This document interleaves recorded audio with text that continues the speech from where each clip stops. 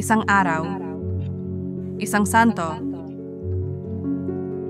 may maligayang pagdating sa channel na nagbibigay pugay sa mga lalaki at babae na nagmarka sa kasaysayan ng simbahan sa buong panahon. Ngayong 22 ng Hunyo, ipinagdiriwang natin si San Paulino ng Nola. Kamusta? Si San Paulino ng Nola ay ipinanganak noong 354 sa Bordeaux, Pransya. Siya ay mula sa isang mayamang pamilyang senatorial na may impluwensya.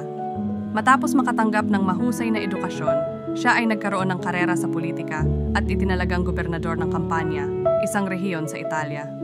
Nag-asawa si Paulino ng isang madasaling babae na nagngangalang Teresia at nagkaroon sila ng isang anak. Gayunpaman, ang magamang pagkamatay ng kanilang anak ay labis na nakaapekto sa mag-asawa na nagdala sa kanila sa isang buhay ng debusyong relihiyoso.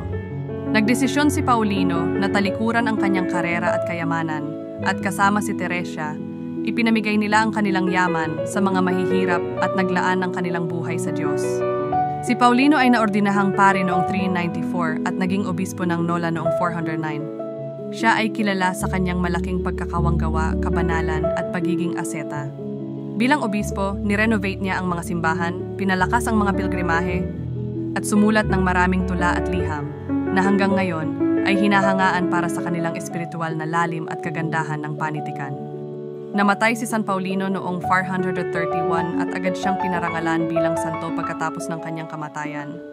Madalas siyang tinatawag na tagapagtanggol laban sa mga likas na sakuna at mga kaaway ng simbahan.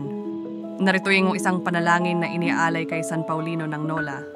O Diyos, na nagbigay inspirasyon kay San Paulino ng Nola upang talikuran ang mga kayamanan at karangalan ng mundong ito upang sundan ang landas ng iyong minamahal na anak, ipagkaloob mo sa amin, sa pamamagitan ng kanyang pamamagitan, ang grasya na laging hanapin ang mga bagay na nasa itaas at mamuhay sa pag-ibig at pagkakawanggawa.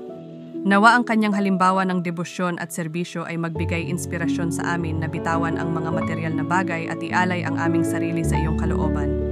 San Paulino, ipanalangin mo kami at gabayan kami sa landas ng kabanalan. Amen.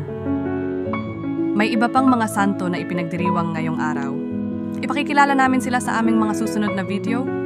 Maligayang pagdiriwang sa lahat ng ipinanganak ngayong araw.